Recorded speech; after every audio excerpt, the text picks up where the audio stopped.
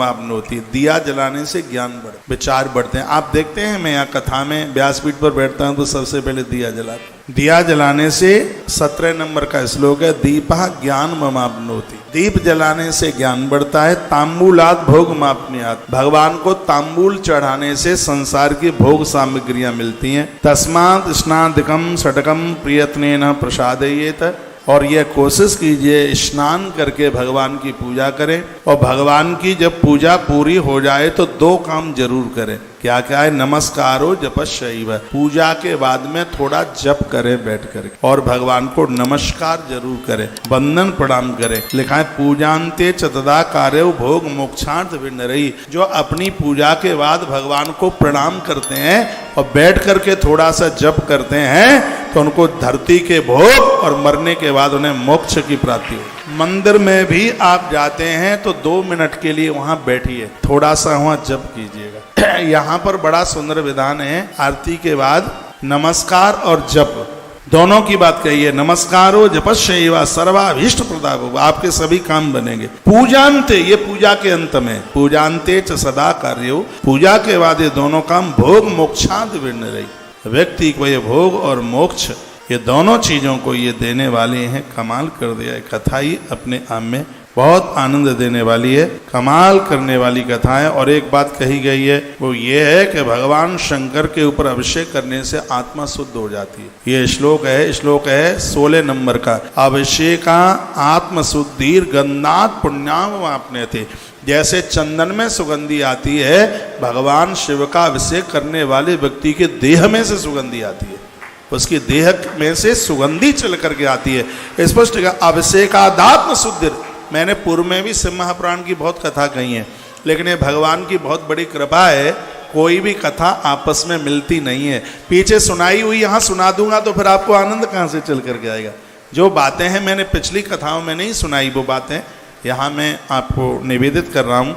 अभिषेकात्म आत्मशुद्धिर गंध्याताम पुण्य वापनीयते, इसमें लिखा है कि जो भगवान के ऊपर अभिषेक करते हैं उसकी देह से पुण्यों की खुशबू आती है, पुण्यों की सुगंधी आती है, और अभिषेक करने वाले लोग शुद्ध हो जाते हैं। गंधात पुण्य वापनीयते, पुण्यों की खुशबू सुगंधी उनके अंदर से आती है। इसलिए देवानां पूजया चैव तन्लोक ममाप्नुयात्, जो भगवान के लोक को चाहते हैं वो भगवान की पूजा आज से ही आरंभ कर दें, भगवान की पूजा के बिना न रहें। और पूजा कहाँ से शुरू करें? अब ये प्रसंग उठता है, मंदिर में तो दुनिया भर के देवता बैठे, सुन लो रे तुम भी, पुजारी कहाँ है सुन। इसमें लिखा है विघ्नेश पूजया सम्यक, अपने मंदिर में जब आप पूजा शुरू करते हैं तो भगवान गणेश से ही आरंभ कीजिए। पहले भगवान गणेश का पूजन करें, उसके बाद माँ भगवती दुर्गा जगदम्बा का पूजन, उसके बाद फिर और देवताओं का नंबर लगा दें। लिखा है विघ्नेश पूजया सम्यक भूलोक भीष्टमाप्नुयात्, इस धरती पर जो लोग अपनी पूजा में गणेश से अपनी पूजा को आरंभ करते हैं, पूरी दुनिया के किसी भी कोने में उसके कार्य में कभी विघ्न नहीं आ सकता।